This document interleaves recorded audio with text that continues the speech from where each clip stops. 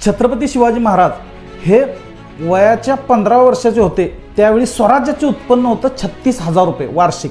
आपल्या बुद्धीच्या आणि कर्तृत्वाच्या जीवावर तेच उत्पन्न वयाच्या 45व्या वर्षी 4 कोटी रुपयावर नेलं.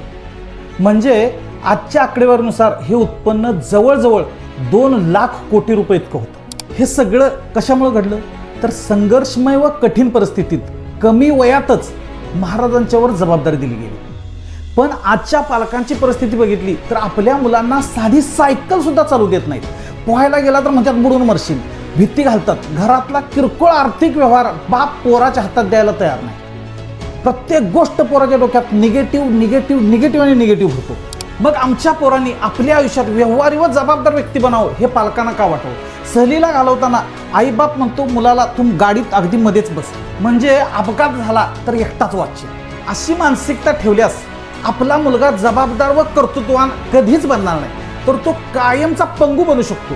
यावर जाणीवपूर्वक विचार करायला हवा आणि आपल्या मुलावर आत्ताच मोठमोठ्या जबाबदाऱ्या द्यायला शिकायला पाहिजे.